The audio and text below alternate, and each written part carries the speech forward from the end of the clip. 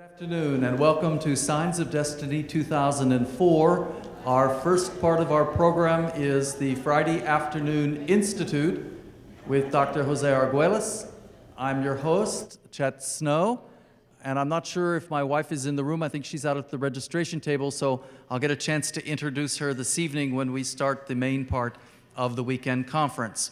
But it's my great privilege and pleasure to have Dr. Jose Arguelles here and his assistant Stephanie South and also Sarah Bronson, and they are here from Oregon. And Jose Arguelles has been really a giant for many people who came into understanding that our world isn't the reality that we were raised to think it is when he came out with his really extraordinary book, The Mayan Factor, in 1987, and at that point introduced many of us to the concept of a different calendar, of a different way of looking at time, of a different way of seeing reality day by day.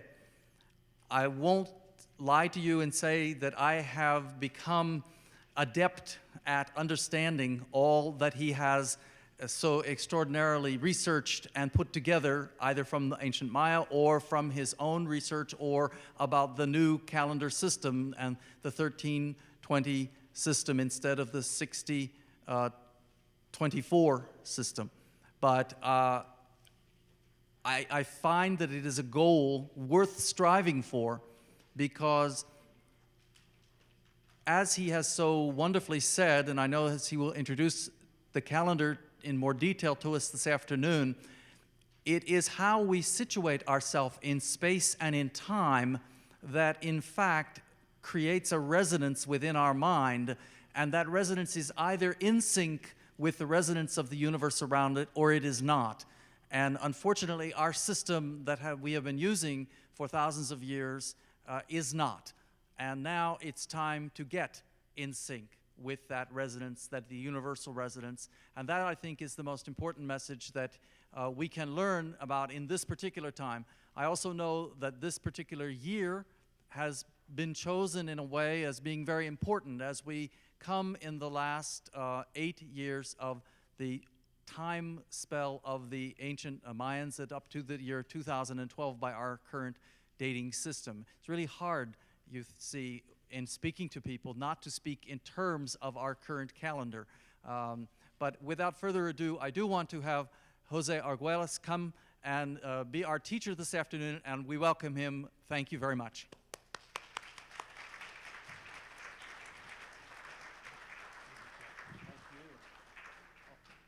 One more quick word. We have these two extraordinary visual representations of the Mayan sacred calendar, the Tzolk'in, in glass beads, done by a local artist, Zach Jones, who's here, and I know he'll be able to see people all week and he can explain more about them, but they are setting an energy in the room for us. Thank you.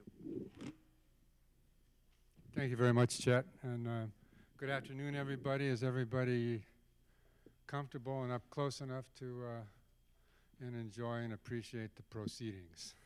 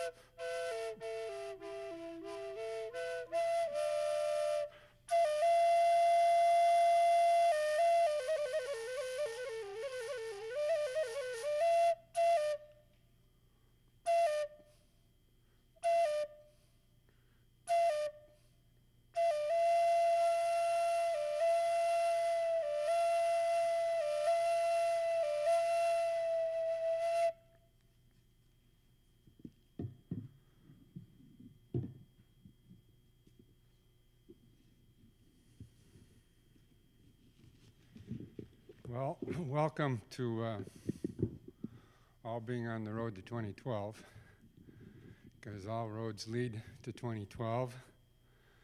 As Chet said, that's a date from the current calendar system, but numerologically all numbers are significant, and so 2012 is also significant. The date when the Mayan long count of the 13 Baktun cycle concludes on the Gregorian calendar is December 21st, 2012. That's 12/21/2012. And so all these numbers actually have some kind of meaning. It doesn't matter that we say 2012 Anno Domini, that's the Christian 2012 year of our Lord, but that's okay too, who can be against Christ. But we also say AD Arcturus Dominion, because Arcturus is the shepherd star, and Arcturus is the place where the legion or guardians of this sector of the galaxy supervise what happens here. So it's 2012 Arcturus Dominion when we say the cycle comes to a close. So when we say the cycle comes to a close, we're talking about, as I said, a cycle that was initiated according to the Mayan long count system of the 13 Baktun cycle, that this was a cycle that was initiated on the equivalent date of August 13th, 3113 BC, before Christ, or Babylonian conspiracy. That was 5,000 some odd years ago, 100 and about 13 years ago. And now we are at this point, 8 years of the closing of the cycle. What does that mean when we say the cycle is closing? We're on the road to 2012. It's interesting that this date, 2012, has surfaced in the popular imagination very powerfully. I think it first had any kind of currency in my book, The Mayan Factor, in 1987. You didn't find too many references to that date before then. But it's not just from Mayan accounts that this date has surfaced. I think Jeff Stray is going to be here this weekend, and he's got his Diagnosis 2012 website, if you're not familiar with that, and that's kind of an encyclopedia of the 2012 subculture, the music, the prognostications, the visions, the predictions, the whole thing. You'll find there, and you'll see that it's something that is cropping up in the archetypal, from the archetypal collective unconscious of the human race, because we are all one, and we are all headed to this point, which is the closing of the cycle. If we go back and see where this cycle began at 3113 BC, you can go look at standard history books or standard timelines, and very often you'll see something like history began circa 3100 BC. You find that, for instance, the current Hindu Kali Yuga began, I believe, February 17th by current standard of 3104. That's supposedly when Krishna disincarnated. That's only some 9 years or 11 years short of the 3113. Or you find first city in history, Uruk, circa 3100 BC. Or you'll find first Egyptian dynasty, circa 3100 BC. Well, it's clear that in the Mayan computation, that what we call the cycle of human history, this cycle that we're all living in, this 5,000-year accretions of cultural data, of habits, of biases, of prejudices, of nationalisms. That whole process was engendered by some type of cosmic event, August 13th, 3113 BC. And that this cycle, that everything that we refer to as world history, as it's usually called, which is the history of human civilization since since it began in Mesopotamia and Egypt, that this cycle of history, that cycle of history is drawing to a conclusion. That's not hard to see when you turn on the television or read the newspaper. It's the first city in the world, as it's called, Uruk is the name, is the root word of the word Iraq. So the history of civilization is committing its own suicide precisely where it began. It's like the Ouroboros, the alchemical serpent that comes back and bites its tail, okay? So that the beginning and the end are met. And in the alchemical allegory, when the Ouroboros, the serpent that bites its own tail, when it bites its tail, it releases the poison that heals itself. So right now, even though it looks really ugly, that what's happening is we're releasing the poison, all the toxins, all the poisons, all the karmic toxins of the human race are coming out. And it's a time in which we are being asked to give up our provincialisms, give up our prejudices, give up our biases, give up our allegiances to all the cultural conditioned factors that have, quote unquote, made us what we are today. Because what we are today, basically speaking, is a sorry species. That we don't know how to live in harmony. We don't know how to create peace. We prefer the idea of some type of military action as a form of peacekeeping.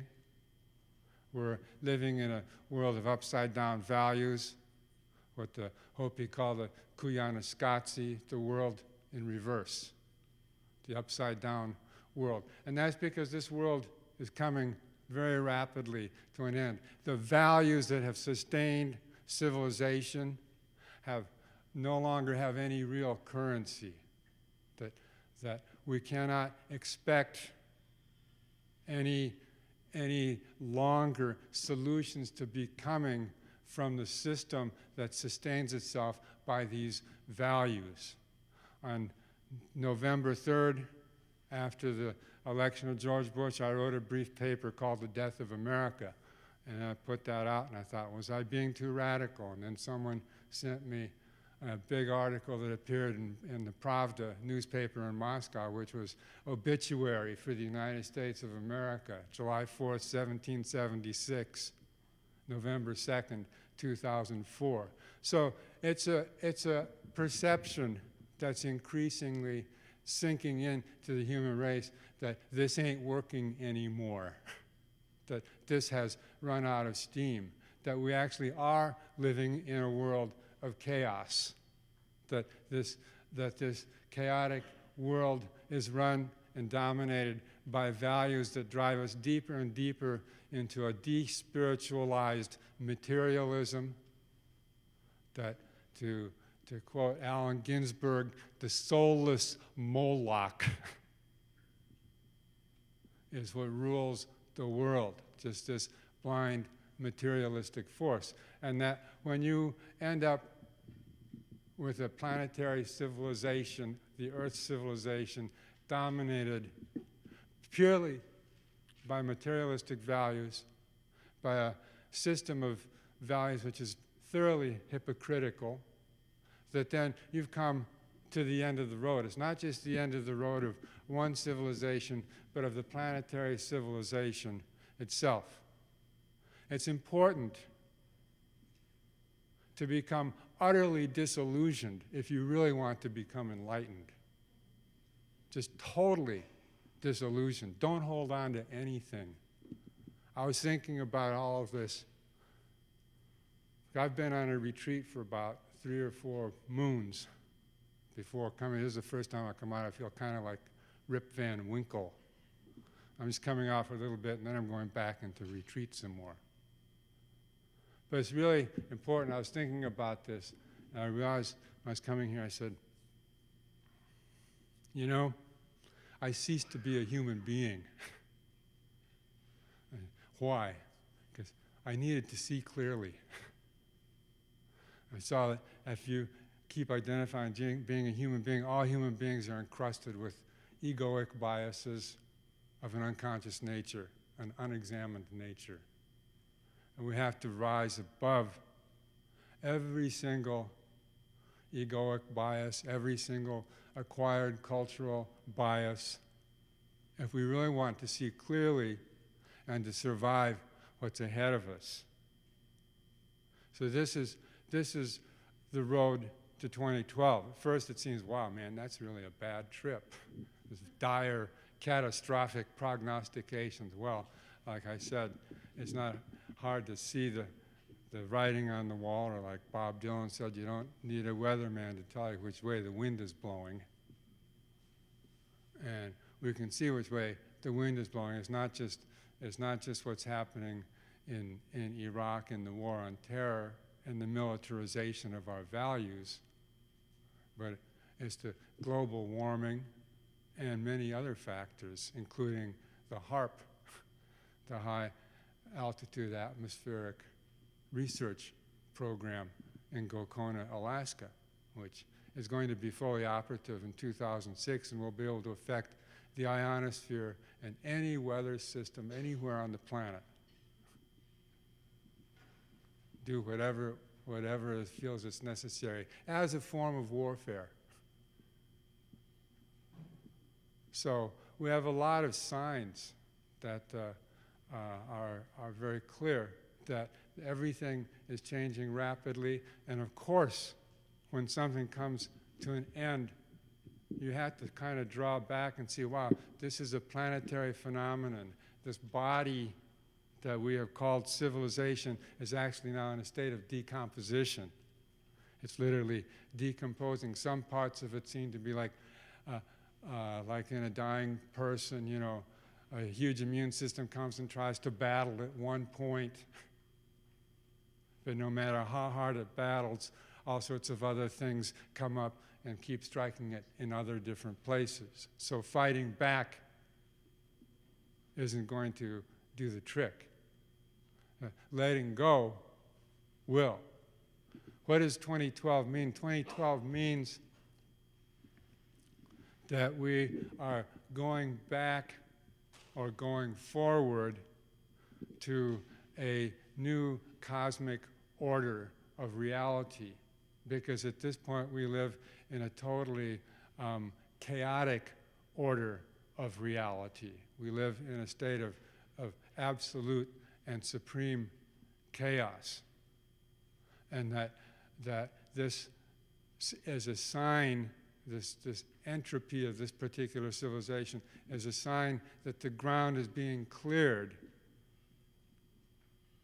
that the karma is being burned away, and the ground is being cleared for the advent of a new cosmic order. It's very striking when you look at the crop circles. You don't see chaotic crop circles usually. Very few. What's distinguished about the crop circles is the high degree of order, of symmetry, of pattern, of a sense of this is a telepathic imprinting of cosmic order from a higher spiritual dimension of reality that is leaving us these messages saying, this you could do yourselves if you released your minds from chaos. This you could do yourselves if you let go of all your beliefs that actually keep perpetrating the cosmic chaos on Earth. This you could do yourself if you let yourself enter into a new cosmic order of reality. So the meaning of 2012, when we get to that point, everything is being cleared away. We have to be prepared. We have to be spiritually prepared, and we have to begin to prepare ourselves by making our consciousness cosmic, by moving in the direction of cosmic consciousness. We have to let go of values like real estate. We have to let go of all the consumerism values. We have to let go of values of nationalism. We have to become complete cosmic citizens if we want to free our minds and enter into the galactic, cosmic, telepathic ocean of archetypal cosmic consciousness. We have to free our minds. This is the meaning of 2012, that we have to go and prepare our minds in that way. I've been involved in this path for quite a long time. I began this path when I was 14, almost 52 years ago, when I was in Mexico on top of the Pyramid of the Sun at Teotihuacan and had a vision. And since that time, I knew from my vision that I was to do something about bringing back the knowledge that was able to create the cosmic order of the ancient pyramids, of the ancient civilizations of the Maya in Mexico, and in general of the ancient cosmic knowledge. So I spent my life in pursuit of that. How was that going to happen? How are we going to do that? I could see even at that early age that the human race was speeding headlong in a direction farther and farther away from cosmic values. And so how to find some kind of clue or key to help return humanity to a condition of cosmic consciousness, a condition of cosmic values where we realized our oneness with the universe. In that process, I began very early with the study of what's called the Mayan Calendar, the Mayan mathematics, the Mayan astronomical system as such. And I knew that this was a vital key. Through the years, I met different people who pointed me in different ways, showed me some signs, led me to the prophecies. The prophecy of 1987 of the Harmonic convergence, which I was instrumental in initiating. What was that prophecy about? At one level it said 144,000 sun dancers need to be awakened and reactivate the sacred sites of the world. Why? Because this was the beginning of the closing of the cycle. This was the entry into the time of prophecy. That was way back in 1987. Seems like a long time ago now. In that time, 17 years have gone by, and probably 1.5 billion more humans have incarnated here on this planet. And we've gone from a time when it was easy to go through airports to a time where it's really difficult, at least in this country and many parts of the industrialized world. We live in a time now that is dominated by fear. And that from that time in 1987, that prophecy said, this is the opening of the gate of the road to 2012. This is, the prophecy said that the human beings now have to make a choice. The choice is to leave the present civilization of global materialism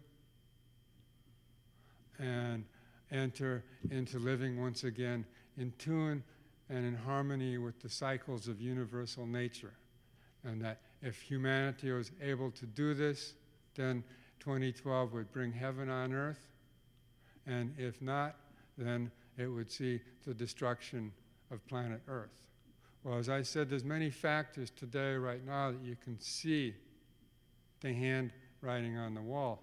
But there's also factors that say, well, actually, there's enough of us who, if we made an extra effort, could make the difference. But to make an extra effort means you have to do something. You have to shift. Like I said, we have to give up a lot of stuff. We have to it's like it's like preparing for death. When you prepare for death, you know there's not too much you can take with you except for a clean conscience. So it's very much like that where now we should be thinking, okay, this body of the old civilization is dying. I am part of that body to prepare for that death and to make my Bardo passage to 2012 a happy one. I better begin to clear my karma right now.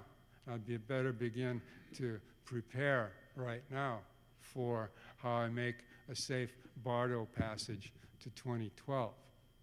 After the harmonic convergence, I knew what the prophecy said. And I wondered, well, what's the key to switching the mental frequency of the human race? What's the key to making a big shift so that we can prepare a positive mental field that's elevating its consciousness in the direction of absolute galactic culture and cosmic awareness? Well, from my study of the Mayan calendar, in 1989, I made a discovery that the reason why the Mayan calendar was so sophisticated, and it's not, when we say Mayan calendar, Mayans used many different calendars. They had a totally different sense of time than we do. Our sense of time is locked into something called the clock and the Gregorian calendar. We take these as second nature. They're so embedded in our consciousness. It's very difficult for us to think of time apart from a clock or the Gregorian calendar. November, what's today, 19th? That's a totally arbitrary, absolutely arbitrary, agreed upon fiction. Totally, 100%. Where did that agreed upon fiction come from? Originally it came from Julius Caesar. And then it was adopted by the church at the Council of Nicaea in 325 after Christ. And then reformed by Pope Gregory XIII in 1582, when European dominance of the world was paramount. And so the Europeans were able to, the church, I should say, through the European conquest of the world, was able to foist this calendar on the rest of the world as the world standard. But it's just an arbitrary fiction. It has actually no cosmic meaning. November is the 11th month, and it means 9.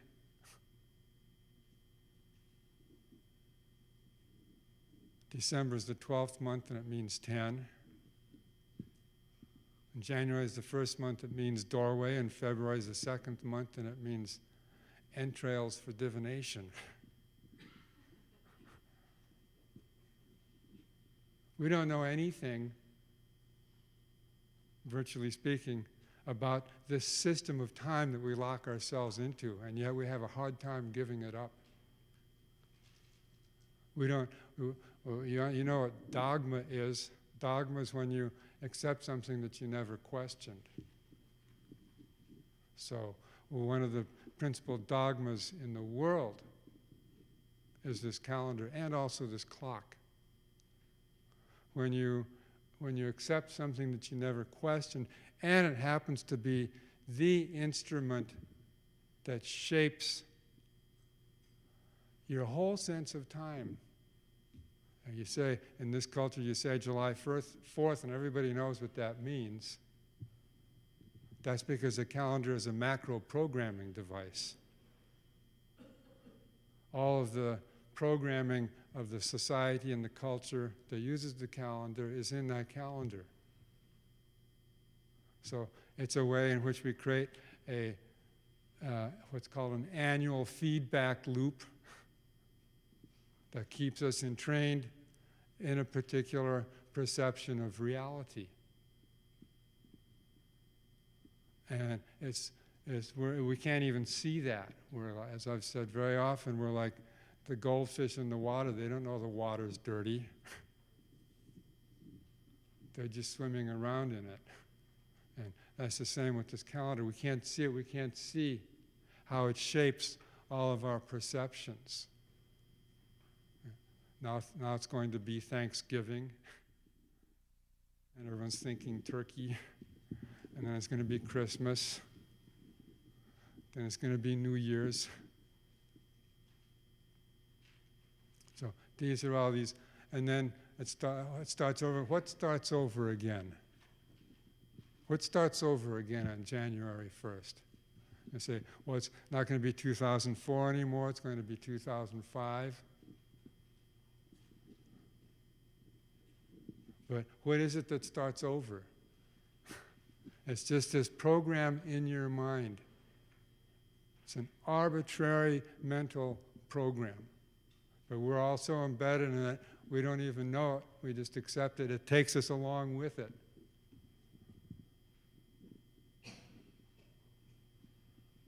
And it just keeps doing its little cartwheels. And we don't know what else it programs. I was doing some research, and I found out that the Gregorian calendar actually runs in 28-year cycles. 28 is a very interesting number. It shows that even the Gregorian calendar operates according to cosmic law. Every 28 years, no matter where you slice it, there's always going to be 7 leap years. 7's another key number. So those are the 2 key numbers actually we want to be looking at, 7 and 28. But the Gregorian calendar runs in 28-year cycles. That means, like, you can imagine it as like a big phonograph record. We can remember the old days when we had phonograph records, or maybe a DVD spinning rapidly. But the phonograph record with all the grooves cut in it. And all the grooves would be all the days in a 28-year cycle. And then, but as it plays, new events get overlaid in those grooves, and so each of those grooves becomes an accretion of different types of events. But it's interesting what kinds of events get repeated every 28 years. The 9/11 happened in the year 2001. And I thought, okay, if this thing goes in 28-year cycles, and that's the major defining event so far of our time, at least this recent period of the final stage of history. Let's go back. What happened 28 years? That was 1973. And so, okay, in 2001, the Twin Towers came down. 1973, wow, look at that. April 4th, Twin Towers dedicated.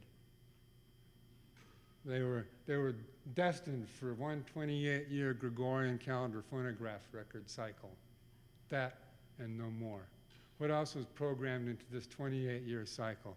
28 years before 1973, 1945. Hiroshima and Nagasaki, Is this karmic retribution?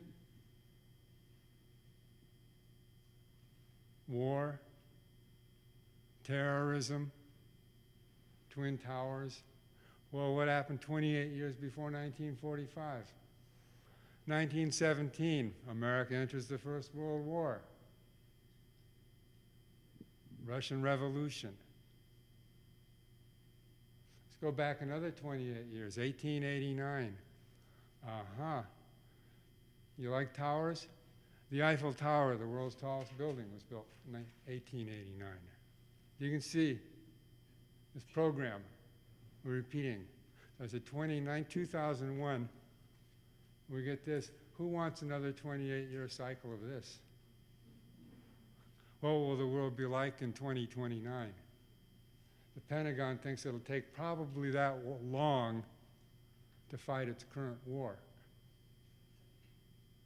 Well, we stick with that, there won't be too much left to fight for when we get to 2029. What happens if you change the program altogether? Everyone's got one of these packages. There's a little card that looks like this.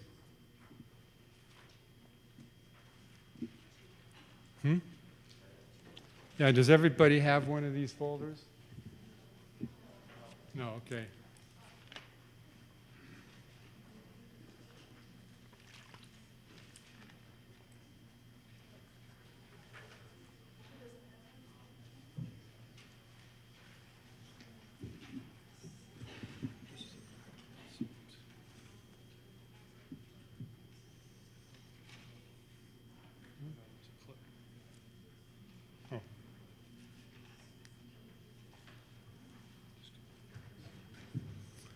Okay, you've got your packages. I've been wired. Going directly to the CIA.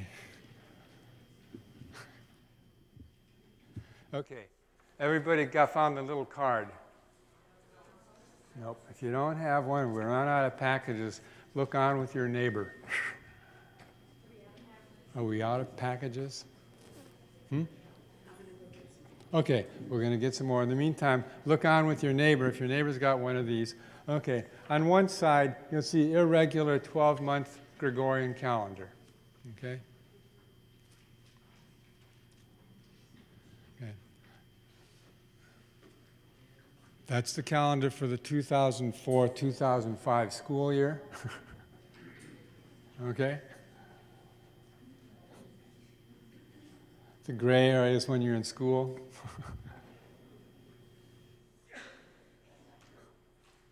Okay. Okay. That's what that calendar looks like. A calendar. What is a calendar? We think, well, a calendar, like I said, what happens on January 1st? What changes? Nothing but something in your mind. The word calendar is a Latin word. And it comes from the word calends. Calends was in the Julian calendar. Calends is always the first day of the month. And calends means account book.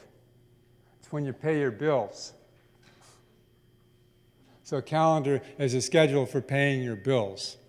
So that's not a really cosmic concept.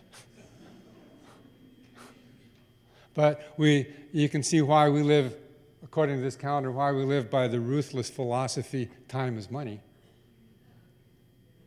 That's the philosophy of this calendar. Time is money. You can see by the irregularities of it, it's the irregularity, A, of the number of days in each month, and B, the fact that the 7 days of the week and the months don't correspond either. So, we know today is Friday, November 19th, but if you say, okay, what day of the week is December 19th going to be, or January 19th, well, that's a little harder to figure out. Your mind usually goes into a jam at that moment, and that's exactly what this calendar has programmed you to do. You can't think about time. It just short circuits you. The galactic Mayans, my people, they think that we're a very primitive race as far as our concept of time goes. That we can't think about it. We don't know why, because we don't have any order in our time. You can see that. That's a calendar. It's actually what? What does that measure? If If you look, you'll see another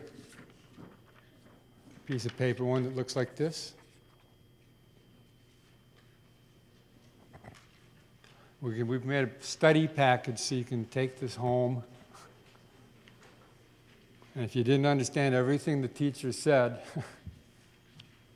you can go back and look again. In this package here, you'll see the sun at the center, V24. Where I come from, the sun is called Velatropa 24. That's a star. We're in the Velatropa sector of the galaxy, which is defined by the pulsar Vela. And the pulsar Vela defines it's at one edge of a 6,000 light-year diameter, and we are smack in the middle of that. This Velatropa sector, where V24 is the star, medium-sized star. This is in the very center of what's called the experimental zone. This is the quarantine zone, the free will quarantine zone. Let's see. We'll let them have the free will experiment there and see where they take it. So I say it's Arcturus Dominion, Velatropa 24, and we are over here. You'll see V24.3 on the left. That's usually, we call it Earth, Velatropa 24.3, third orbit out. Got to think cosmic. So we're the third orbit out. Our star is number 24 in the Velatropa sector. Our planet is the third one out. Then you'll see it like a big circle there. Okay. That's the orbit of the Earth around its local star, what we call a sun. A calendar like the Gregorian calendar is supposed to be a measure of that orbit. That's what a calendar is. So in other words, when you get to January 1st on Rose Bowl Day, that means that the Earth is roughly in the same place in its orbit as it was 365 days before. You're actually measuring the orbit of the Earth around the sun. We usually don't think about a calendar in that way, but that's what the Gregorian calendar is what's called a solar calendar because it measures the 365-day orbit. Now, when we have a standard of measure, we expect that the units are equivalent to each other and that the subunits correspond to the dominant units. In other words, the dominant units in the Gregorian calendar are the month, but the months don't correspond. 30 days have September, April, June, and November. All the rest have 31 except for February, which has 28, and on leap year 29. And that's about as much as you need to know about the calendar to get it straight. But as you can see, that jingle exists because it's not straight. It's not a straight standard of measure. What does 30 and 31 days, and why are they in that irregular order? You know why August has 31 days? Because Augustus Caesar, who succeeded Julius Caesar, thought Julius named Septimus after himself, it's now called July. Actually, excuse me, Quintilius it was. He named Quintilius after himself. It's July, and it has 31 days. Therefore, I'm going to name Sextilius, which was then August. But let's see, August only has 30 days, said Augustus Caesar. I'm going to borrow the 29th day from February and put it on August, so it now has 31 days. So they weren't thinking of a system of measure. They were thinking of their egos. And why did Julius Caesar make this calendar anyway? Because he wanted a power device to demonstrate that cell phones would one day be the norm. No, to demonstrate that Rome was no longer a republic but an empire. That was his political reason for changing making what was called the Julian calendar, the calendar we use today. Of course, on the Ides of March, he lost his life for it. And then Augustus succeeded him. But I'm saying that because a calendar as a measure of the orbit of the Earth is supposed to be a standard of measure. A standard of measure, as I said, when we have a standard of measure, we want the units of measure to be equal to each other, and we want the subunits to correspond to the larger units. Now, when you have units of measure that are 30, 31, 30, 31, 30, 30, 31, 31, etc., those don't correspond to each other. And then when you throw in that the subunit of measure is a 7-day week, with the exception of February, when it's not a leap year, the 7-day week only corresponds with February. 4 times 7 is 28. And so the 7-day week is continuously going off from the rest of the days of the month. And that's why that calendar looks like that. And you have to kind of piece that all together to figure out all the 7-day weeks. We know that there's 52 7-day weeks basically in a year. 52 times 7 is 364. Okay? If you look at this graphic again, a couple things I'd like to point out to you. The orbit of the Earth around the Sun is 585 million miles. Now, that's an interesting number because it divides perfectly by 13. 13 times 45 million is 585 million. That means that this circle, this diameter, the circumference of that's created by the orbit of the Earth around the Sun, that this divides perfectly into the number 13. Okay. If you take the number 365, the number that's closest to dividing into that perfectly is 13. 13 times 28 is 364, the same as the number of days in 52 weeks, plus 1 extra day. So if you look at the cycle, this orbit here, you can see you can divide it into 13 equal parts. Each part is 45 million miles. That means every 28 days, the Earth has gone another 45 million miles in its orbit. If you take down in the lower corner, you can see you break that down.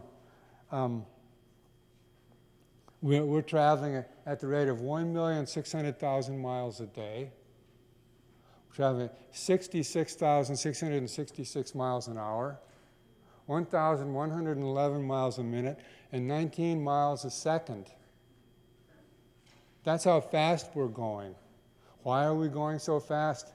Or why do we need cars to go fast when we're going that fast already? That's really an amazing rate of speed. And it's interesting that the time that the Earth, and any place, if you're on the equator, that any place on the Earth, 800,000 miles is going to be day, and 800,000 miles more is going to be night. That's interesting because that's the diameter of the Sun. And we say 28 days, you'll see when you look at V24.3, you see our satellite, the moon. That moon actually has a mean orbit of 28 days. Scientifically, the moon goes around the Earth 13 times in the time the Earth goes around the Sun once. We have different measures of the moon. The two main measures are the synodic measure, which is new moon to new moon, which is 29.5 days. But we also have the sidereal measure, which is 27 days, and that's from the place where the moon appears at the same place in the sky. So that's really interesting. It kind of boggles your head to think about that. But there's a 27-day measure and a 29-day measure. So the mean measure of the moon, if you're out in space looking at it, the moon's going around the Earth every 28 days. It's interesting, all the ancient people knew this. There's someone sent me a book recently called The Alphabet and the Ancient Calendar Signs, which was written, I think, sometime in the 60s, I guess it was. Very well-researched book, but it's very interesting. What it turns out is that, like, before we had the zodiac of 12, nearly all the cultures, the Arabian, the Hindu, the Chinese, they had what's called the 28 lunar mansions. And the 28 lunar mansions is the basis of the 28-day cycle. 28 times 13 is 364. And 13 times 28 is 364. You have, in the Mayan calendar, you have, in 1 year cycle, you have 28 13-day cycles. And then you also have 13 28-day cycles. All the ancients knew this. In fact, there was a whole other zodiac that existed before Babylon, and that was the zodiac of the 28 houses. They still have this in the Hindu Jain cosmology, and you can find this in the ancient Chinese cosmology. This was the 28, the wheel of the 28 lunar mansions. It's called, and then the Milky Way galaxy goes to the center, and you have 28 different constellations. And this is called the map of the river of heaven. And the reason for this is that why 28 is very, very interesting. 28 is actually the key cosmic number because it's a factor of 7 and of 4. 4 is the number of form. And if you take, and then 7, now that's the mystic number. If you take 7 and you have 7 apples, to make it simple, you go 1, 2, 3, 4. The fourth one is in the center of those. There's 3 on each side. So 4 and 7. Okay? Those are the 2 key numbers, and the 2 factors of the 4 and the 7 create the 28. And all the ancients knew that the 28 was actually the lunar cycle. The Druid calendar, tree calendar, 13 months of 28 days. In South America, they have the Pachacuti calendar, 13 months of 28 days. This is the year 5,514 of the Pachacuti calendar, South America, 28-day cycle. The Druid calendar, which has recently been revived, is pivoted. And each of these calendars has what's called like an equivalent of a day out of time, because there's 364 days, 52 7-day weeks, meshing perfectly, 13 cycles of 28 days, and then the 365th day is what's the day out of time, okay? And you've heard that expression, the king is dead, long live the king.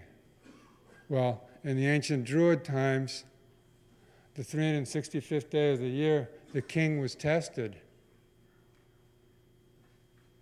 to see if he was worthy of ruling for another year or not. And if he didn't, then he was killed. Or if he was, then he was granted renewal. In any case, it was the king is dead, long live the king. That 365th day allows for a cessation of all earthly temporal thinking and activity, a cosmic influx, and then a renewal in which perfect harmony begins again. If you turn this over where the Gregorian calendar is, you see on the other side of it the calendar of 13 months.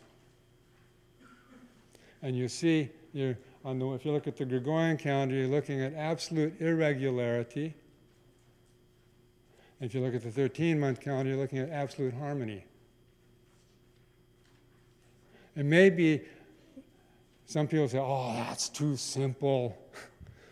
But it may be that this irregular calendar, its crookedness, has programmed us to hopeless disharmony and inability to find peace. Because it's so endemic into our system that we can never arrive at harmony when you're using a standard of measure that looks like that. We program irregularity and hopeless disharmony into our system. We come to accept more and more the world of Koyaanisqatsi, the reversal and upside down of values. If there were perfect harmony, there would be no more history. History, as we have come to know it, is a function of chaos.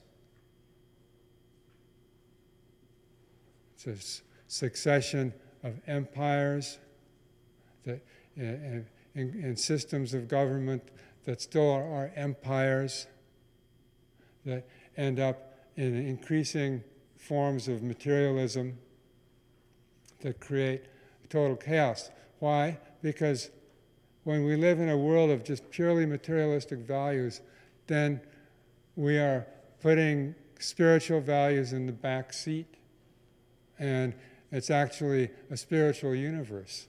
We are here, we are meant to evolve our mind and our spirit, and we're putting them in the back seat.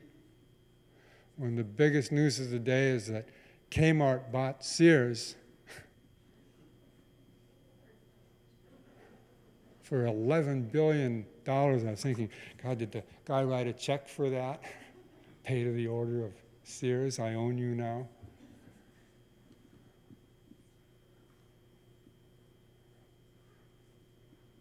That we are actually, that's what we began this by saying, we are at the end of history. Because we are meant to evolve spiritually and mentally, and history has reached its own dead end. It's now in its process of its own suicide. It's the Ouroboros biting its tail. It's releasing its poison. And in the middle of that, we say, okay, we have a chance to right now begin the preparation toward cosmic order. Harmony is the negation of history. People have talked about post-history for a while. What does that really mean? Well, you can't have post-history and be in the Gregorian calendar, I'll tell you that. And you can't be, if you get rid of the Gregorian calendar, you have no idea how many values and institutions you're also getting rid of. You have to think, all of the institutions of the modern world that exist have come into existence since 1582. The stock market, parliamentary government, democracy, corporations, modern school system, everything when it gets incorporated. On this date of our Lord, November 19th, 2004, Sears and Roebuck became Kmart. Sacred decree, written in the calendar. We will compete with Walmart. It's everything that exists is coded in the Gregorian calendar.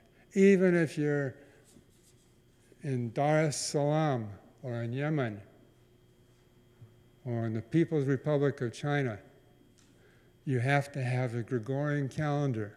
Otherwise, you can't do business in the world. Time is money.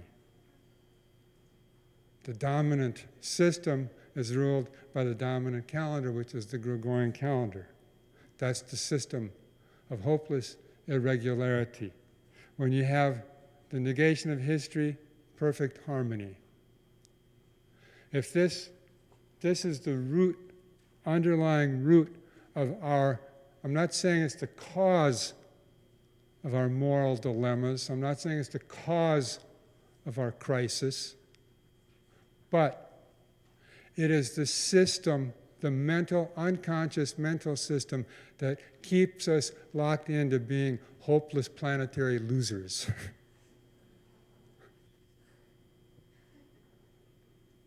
It keeps us locked in to irregularity that just won't quit. No matter how many laws you make, it doesn't get better. Every law that's made, H.R. 4195, November 19th, 2004, the U.S. government hereby decrees it loves Kmart's buyout of Sears.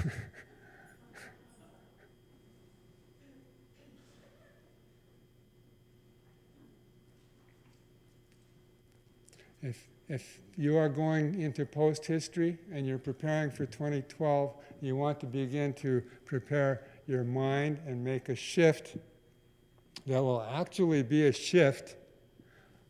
Einstein said before he died, it wasn't that long after Hiroshima, he said, everything since the advent of the nuclear era has changed except for the way humans think, and because of that, we drift hopelessly toward catastrophe. What locks us into the way we think on an everyday basis is that system. If you want to begin to make a change, shift your own frequency and shift your own consciousness, then this is a very simple, absolutely simple step you can take. Anyone can take it. I've got here, a lot of people have done it. This is 13 moon calendar from Brazil. This is a pocket calendar. This year in Brazil, they handed out 1 million of these for free.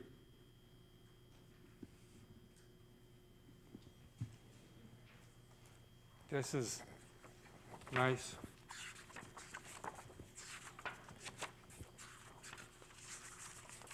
Hang by the telephone wall calendar from Japan. 1, 2, 3, 4 weeks, every month, just the same. Program for harmony, for regularity, for order, for cosmic order.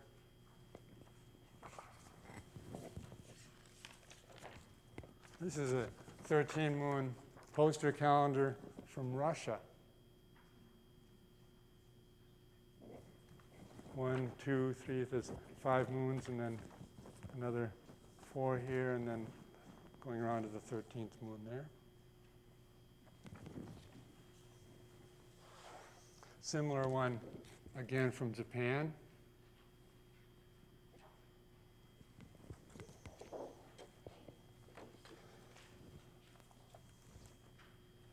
Spain.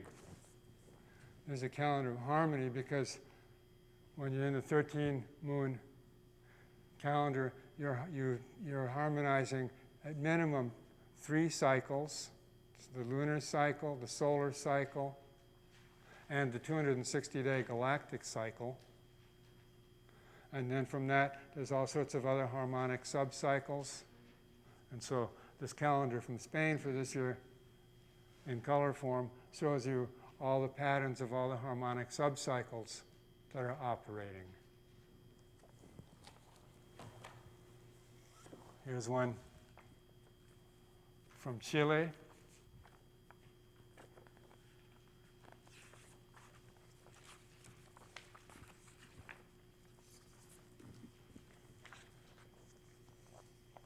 One, again, different patterns of harmonic order within the 28-day cycle. Plus here, this is the 260-day calibrator, what's called the 1320 harmonic module calibrator.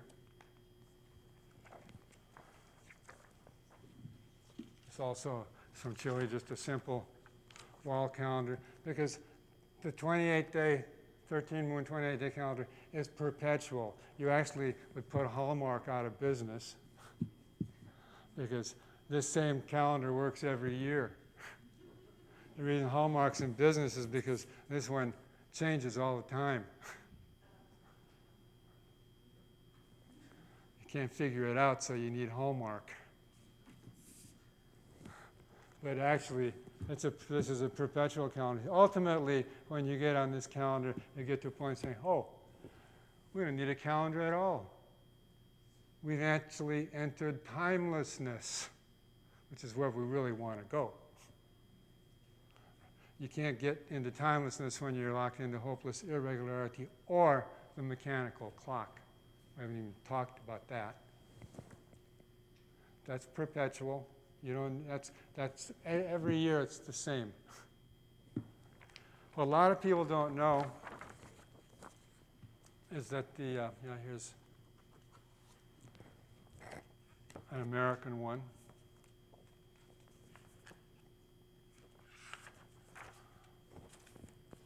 For this month here, we're in the overtone moon. Today, actually, on the 13-moon calendar, is the 5th day of the overtone moon. Okay.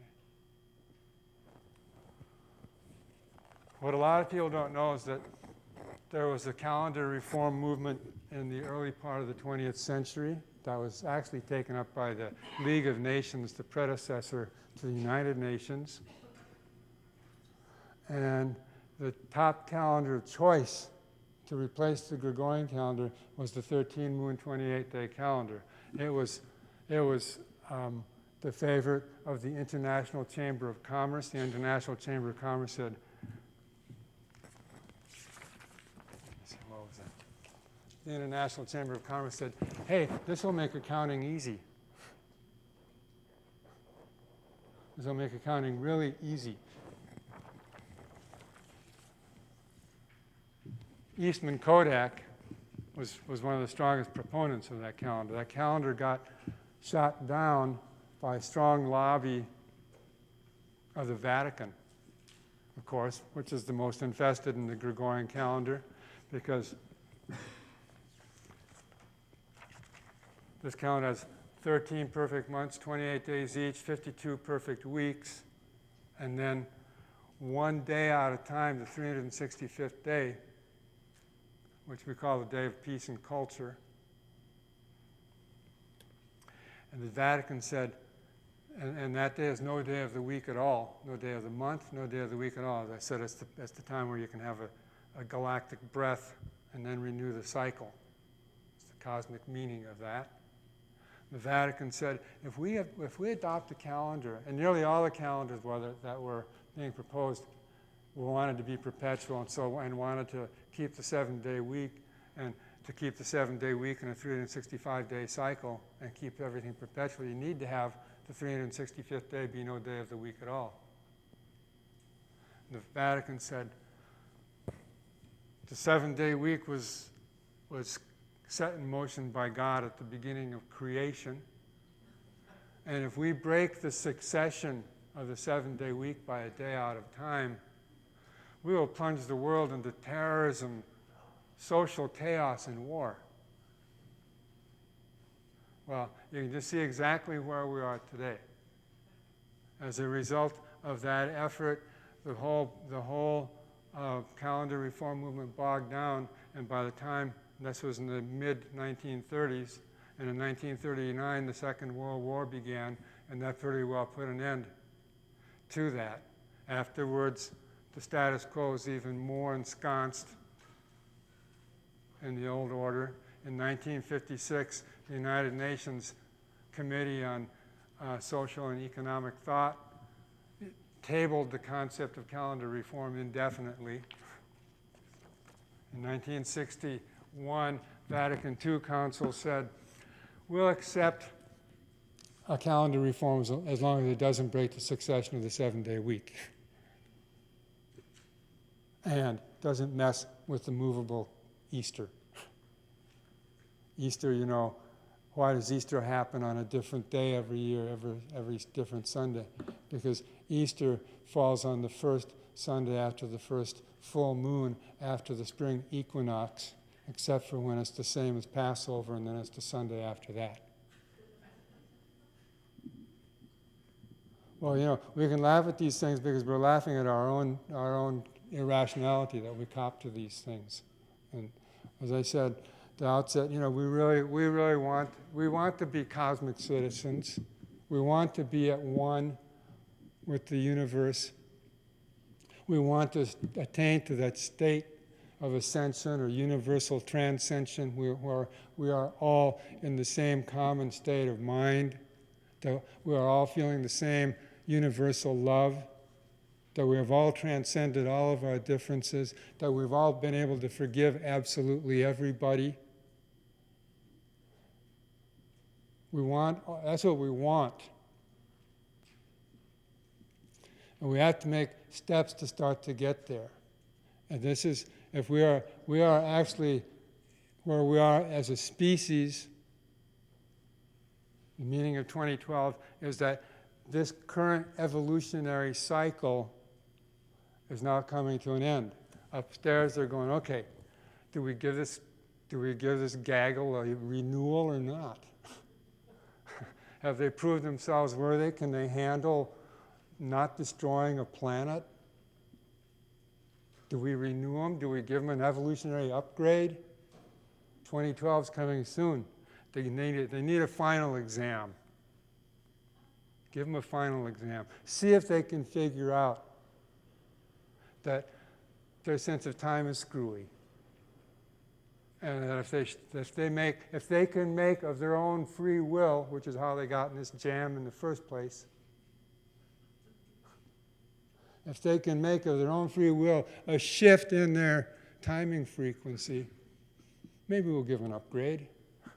They will prove that they were able to do something voluntarily, to shift their mind without government control, without corporate mandate.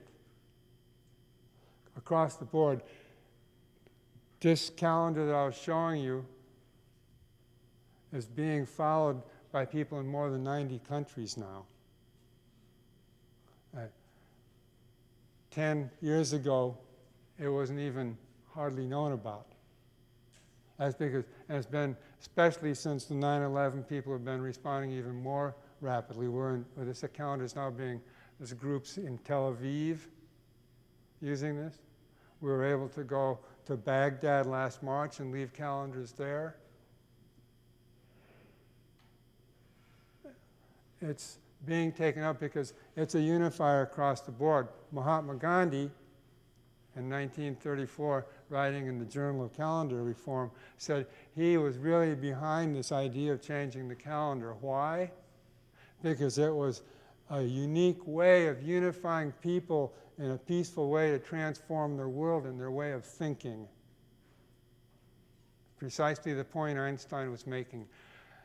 As long as we don't take that effort to change how we think, we're not evolving. You can't evolve. We won't get that big zap unless we first make one step, an across-the-board step, and to change our frequency, to change our own perception of ourselves, to change our perception of time and how we are in the universe. And in that package, most of you who got it, there's a little thing that says 13 Moon Calendar. This is your evolutionary ticket. Someplace in there it says, "Welcome to Galactic Kindergarten," because that's where we are right now. This is Galactic Kindergarten. Most of you are hearing about this for the first time. And we can, page 22. No, I was looking, yeah, and then I was looking for today. Page 12. If you go to page 12, yeah, we got more of those calendars if you don't have one. On page 12, it says Overtone Moon. Okay, that's, and look for day 5. Okay, that's where we are today in the cosmic harmonic calendar of the 13 moon 28-day cycle. Okay? So it's just as easy as falling off a log, as they say. Once you found that, then tomorrow is going to be day 6. You can begin, and you'll see you'll see this says day 5, and then there's a little thing, a dot and 2 bars. Okay? You go on the page 3, you'll see on the far left side, you'll see that there's 13 notational symbols, starting with 1 dot and going up to, on the bottom to 2 bars and 3 dots. You'll see the 2 bars and 1 dot, that means 11. Okay. 1 dot, 2 dots, 3 dots, 4 dots. A bar is 5. A bar and 1 dot is 6. A bar and 2 dots is 7. 2 bars is 10. 2 bars and 1 dot is 11. Okay. So that means today it's an 11 tone. And you see that it says that's tone 11, spectral, and then it says the keywords dissolve, release, liberation. I've been talking about dissolving our connections, our biases, our prejudices, our allegiances to the old order, releasing from our egos, and going into liberation, cosmic liberation. Of course, it just isn't going to come by following this calendar. I'm not trying to say that. But this is the way of changing your mental frame, your mindset. And that's a very fundamental change. If you look down, then beneath that, if you look on the day 5, the 13 moon cycle is just really simple. Days, you see every moon as days 1 through 28. They're all in the same place.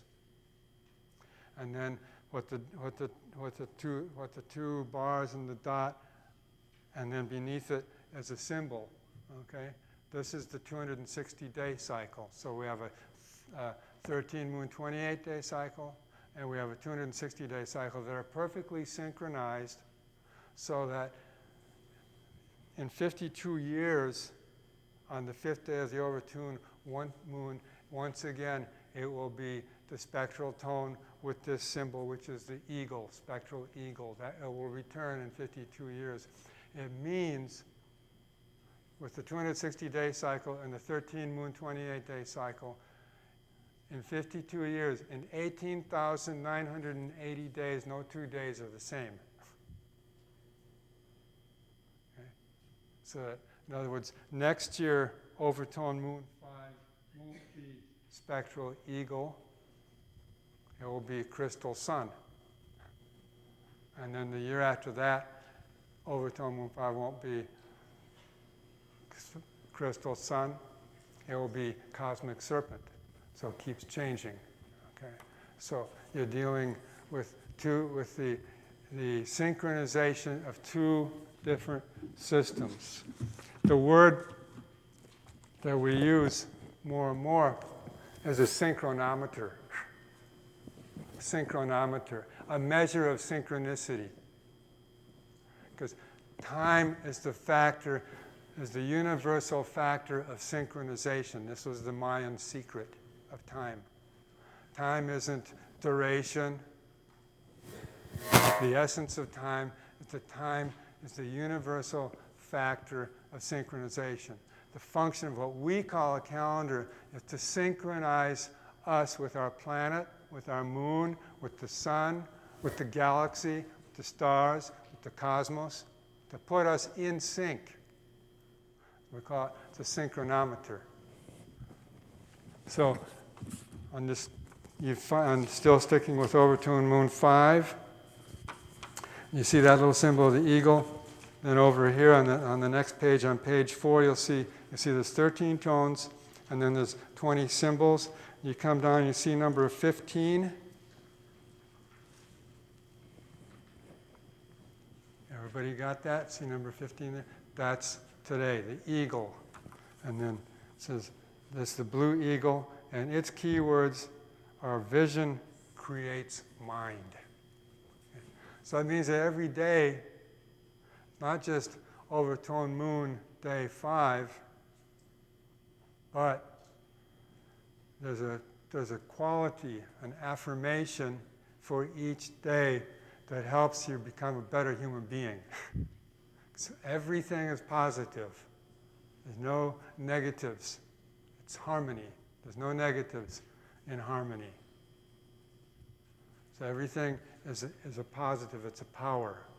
And so that means that today, as we said, spectral tone, it means we dissolve our egos, we release, we go into cosmic liberation. And then the ego, spectral ego, means that through this process that we're dissolving and creating, we're creating vision and mind. We're creating a vision, a cosmic vision, a positive cosmic vision of 2012. That's what we really want to be creating. We have to prepare, we have to make the shift ourselves. There's actually an affirmation for this day then, because of the 260 days. This is Kin 115, and it's blue spectral eagle, and the affirmation for that goes, blue spectral eagle, I dissolve in order to create. Releasing mind, I seal the output of vision with the spectral tone of liberation. I'm guided by my own power doubled, power of vision. Day to enhance your vision, to use your vision to create and release from what isn't working. But further, this is a special day. If you get into this system, you also find out that this day is one of a set of days that's called a polar kin. This way in the subsystems or the subcycles, so that this is a polar kin. It says, I am a polar kin, I transport the blue galactic spectrum. That means that this is a special day that's galactically coded, especially galactically coded for releasing energy. And on top of it, it's a galactic activation portal. It says, I am a galactic activation portal, enter me. So this is a really perfect day to dissolve, to allow yourself to say, I can dissolve, I can release. Like I said, we might as well all prepare for our death to go into this Bardo passage to 2012. You can't take it with you. All you can take with you is the best of your spiritual values. Give up the rest. Give up your attachments. And go into it. Dissolve and release. Create mind in this way. Create a new mindset. And in creating that new mindset, then know that you're being guided by a higher galactic force. That this is a perfect day to enter into a galactic state of mind, to go into a state of galactic meditation.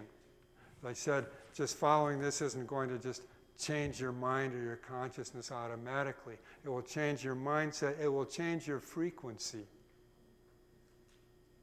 And we're straddling both worlds. That's why we give the Gregorian calendar dates. No one's going to get lost.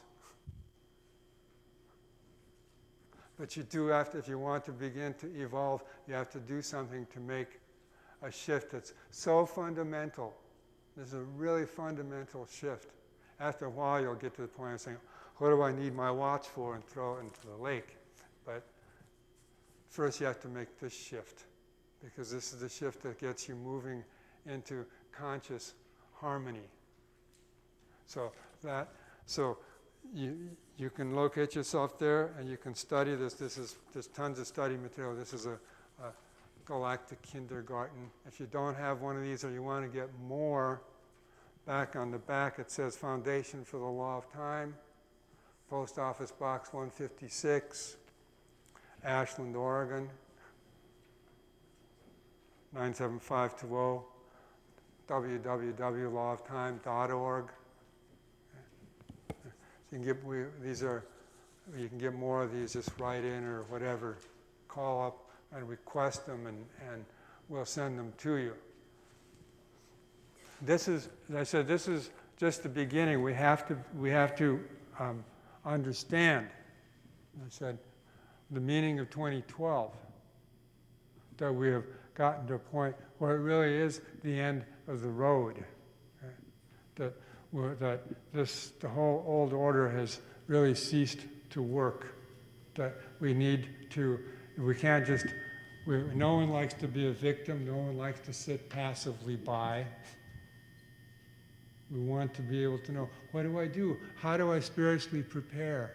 How do I change my mind? How do I get ready for the shift into galactic consciousness? Because we have to understand that's what's actually happening.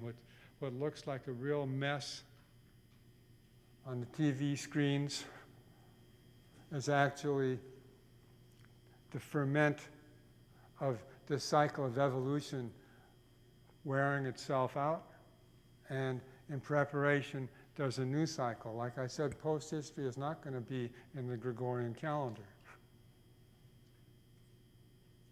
No way. We're going to be, if you're going to be post-historical, you're going to be in a totally new system. You'll notice that the months, the tones, the 13 different moons, this has nothing to do with the system of months we have now, but follows a galactic cosmology. The first moon is the magnetic moon. The second moon is the lunar moon. The third moon is the electric moon. The fourth moon is the self-existing moon. That's because these follow what's called a wave spell cosmology. The wave spell is the form constant of galactic time. Magnetic moon, lunar moon, electric moon, self-existing moon, and now here we are in the overtone moon. It means that we have started the year, which the year always starts, is correlated to July 26th, which was correlated to, that's originally some 1,000 years ago, that was the heliacal rising of Sirius, and then it follows the Great Sothic cycle, and when that Sirian cycle is completed, then we'll be back precisely at that date again, Sirius rising with the sun. So July 26th is the correlation for this, correlated to Sirius, it's galactic correlation. And so it means that now we've come down to this point in the year, the overtone moon. The overtone moon, you look on the, it says, how can I best empower myself? See, every moon has a question. Okay? So I said this is all about improving yourself in time. Okay? And so this is the, how can I best empower myself? How can I take better command of my life? One very simple step to take better command is just shift your timing frequency. Say, oh, maybe this is one of the clues I've been waiting for. Shift my timing frequency. It's the overtone moon, and then here the sixth moon is the rhythmic moon. The seventh is the resonant moon. The seventh is midway between the magnetic, the first moon, and the cosmic, the last moon. Okay. The resonant, 7 is the resonant tone. It's in the very center. I talked about 4 and 7. If you have 7 apples, 4 is in the center. If you have 13 apples, 7 is in the center, 6 on each side. Okay? So that's why in the law of time, which is a mathematical cosmology of the fourth dimension, the basic formulation of the cosmology is 4 is to 7, as 7 is to 13. 4 is the fourth apples in the center of 7. The seventh apple is in the center of 13. 4 is to 7, as 7 is to 13. 4 times 7 is 28. 4 times 13 is 52. 13 28-day cycles. And in 13 28-day cycles, 4 times 13, 7-day weeks, 52 weeks. Everything is in that formulation. 4 is to 7, as 7 is to 13. You're dealing with cosmic standards, with galactic cosmic standards. These are not necessarily astronomically based at all. The fourth dimensional time is not astronomical time necessarily, though astronomical time is actually ultimately governed by fourth dimensional time. So the resonant tone is in the center between the magnetic, which is where everything begins, it's magnetized at the beginning. When it reaches the midpoint, you have resonant attunement. If you also look at numbers 1 to 13, 13 and 1 go together, 2 and 12, 11 and 3, 10 and 4, 9 and 5, 6 and 8, but 7 stands alone. It mirrors both directions. So you have the rhythmic tone, the rhythmic moon, the resonant moon, the galactic moon, the solar moon, the planetary moon, the spectral moon, the crystal moon, and finally the cosmic moon. The first four, magnetic, lunar, electric, and self-existing, establish the order. Self-existing is the self-existing form, 4. And then the overtone moon is in a position where you overtone the higher cycles. And then you have the rhythmic and the 6, because then you have 1, 2, 3, 1, 2, 3, or 1, 2, 1, 2, 1, 2. And you have possibility of that rhythm. And then the 7th, which is the resonant in the center. And then you have the 8th is galactic. 8, the octagon.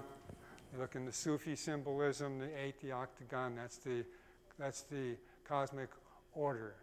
Octave, okay, that's the 7 plus 1. Do, re, mi, fa, sol, la, ti, 7. Do makes the octave 8, okay? That's the galactic, that creates the galaxy as the smallest unit of universal cosmic order. So the galaxies are the constituent building blocks of the universe. And then you step down from the galaxy to the sun, solar, and from the solar to the planetary, which is the 10th. The planetary is the place of manifestation. Okay. So this is, everything manifests on the planet. Everything is manifesting on this planet. All the karma of the free will zone of the Velatropa sector is now incarnate on this planet. That's why everybody's here for the final curtain call, 2012. Everybody has shown up. Planetary manifestation. Then the 11th tone is the spectral. Once you get full manifestation, there's nothing left to do but dissolve. And when you dissolve it, then you return to the perfect form, which is the crystal. And like a crystal is, if you look at any crystal, a crystal, how did it get like that? How long has it been like that? What will change it? A crystal, unless you break it or do something like that, is impervious to change. So the 12th tone, and the meaning of 12 is the crystal. The crystal is the basis of the concept of the temple. Its complex structure, its stasis. That's why the concept of time is 12 months is static. It's a spatial concept. And that's why it creates materialism. But properly understood in the whole context, 12 is the crystal tone. The crystal is the perfect form.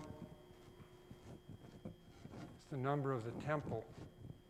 Temple is the structure of cosmic order. And then once that's complete, then you go over here like this to the 13th tone, the cosmic tone. And you become absolutely cosmic. You've gone through the whole process. And the 13th tone, the 13th moon, which ends on the corresponding date of July 24th. And then the day out of time, which is corresponding July 25th. This is no day of the week, no day of the moon. It's Galactic Freedom Day. It's a release, so that then the process can renew itself again, and the magnetic moon and then continue the self-replicating cosmology. It's a perpetual syntropic rather than entropic cosmology. Harmony is syntropic. It only induces to greater and greater and greater levels of harmony and order. The evolution of the galaxy, the evolution of the universe is a mental, spiritual evolution, as we know. That all we're experiencing right now is the maximum point of the involution of the spirit in matter. The whole process is matter, the involution of the spirit and the evolution of the spirit. The spirit becomes involved in matter to the point where there's a state of almost utter amnesia and forgetfulness. And then comes the cathartic point. When the cathartic point comes, then there's that turnaround, the biting of the Ouroboros of its tail and the release of the poison, the wake up that we've run out of steam and we have to go in a new direction, that it's up to us to evolve, to spark the spirit into its next evolution, its next stage of evolution. And we can't evolve individually without all of us evolving. That's impossible.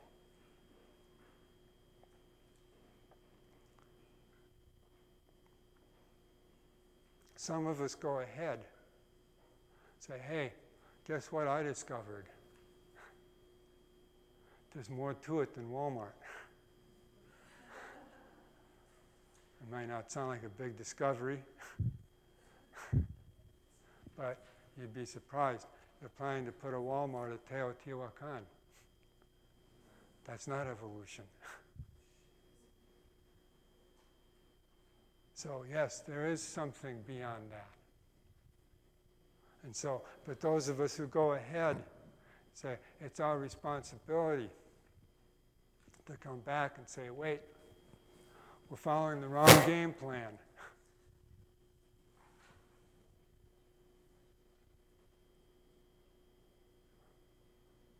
Bucky Fuller said, the way that you deal with an old model of reality that isn't working anymore, you don't fight it, you build a better model. The 13-moon calendar is a better model. You can just look at that little card, like what I say. Which would you choose? Which do you think is going to create more harmony? Simple visual acid test. It's clear. What's going to give you a better model of reality? So it's really simple. That's the test. That's the evolutionary test. And see, this is my message. I've come a long ways. Like I said, I stopped thinking of myself as being a human because I needed to think clearly. When I stopped being a human, I remembered that I was a star traveler, just using this human body. And when I remembered I was a star traveler, then I didn't have to be conditioned by all the things that condition us. I could think without that. I could see if there's such a thing as universal reason, if there's such a thing as universal logic, if there's such a thing as universal harmony, which there is, then why aren't we going there? And if we have the opportunity to go there, why don't we take it? The first step to universal harmony is harmony in time. That's the very first step. It's the nature of my message. About 10 or 11 years ago, I realized that I had a message, that I was a messenger. I never thought that when I was in the 10th grade that I have to go around the world and tell people, your calendar is screwed, you need a new one.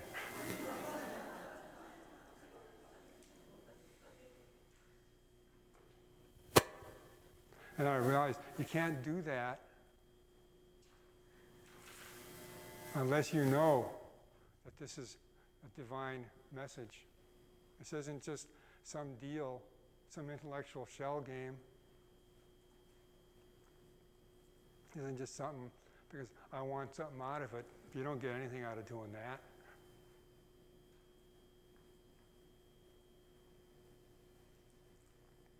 You do it because you see. When you see something, you say, oh, I have a responsibility. The only reason I could see that is because God let me see it. I didn't dream this up. God dreamed this up. God's dreaming me up right now, and He's dreaming all of us up right now. We're not here except really as divine puppets. We don't like to hear that, some of us. Say, hey, that infringes on my ego. But we all have a part to play, and we can move as we want. But we're all here as part of a big divine program. And this is part of the program. My message, my mission as a messenger sent by God, I couldn't be here otherwise. I couldn't say this to you otherwise. Is to let you know this, that you have a chance to go to Harmony. You have a chance to go to 2012 and establish yourselves in a state of harmony while the rest of the world goes down the tubes. You have a chance to elevate your minds in time so that you can become a telepathic battery in tune with the ionosphere and zap out HARP. You have a chance to elevate to the next stage of evolution. Where are we going?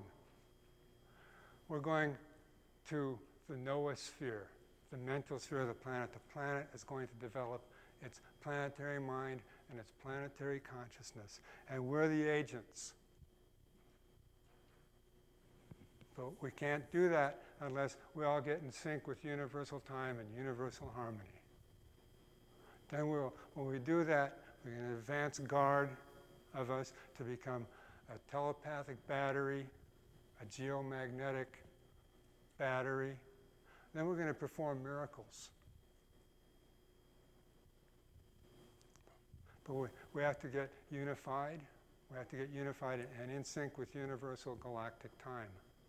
Then we're going to be able to do it. We'll be able to create miracles before 2012 to turn the world around. If we created the atomic bomb, what could we do positively? We created something equivalent to the atomic bomb positively. What would that be? What would that look like? Okay? We can do that.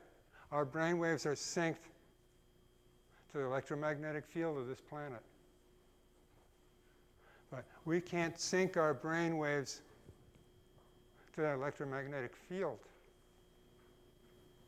until we're in sync with ourselves and ourselves are in sync with cosmic time. Then we can perform miracles. We can sync up our brainwaves with the electromagnetic field of this planet and alter positively the very look of our planet. But it all starts with a simple step. Just like that. I remember when I was a kid, I'd go to Woolworths, F.W. Woolworths, and there'd be a guy down there saying, I got a potato peeler, and you never seen a potato peeler like this. It will peel potatoes like you never seen before, and not only that, but it dices carrots. And sometimes I sit there and think, I got a calendar here. You won't believe what this is going to do for your mind. You really won't believe what it's going to do for your mind. Thank you very much.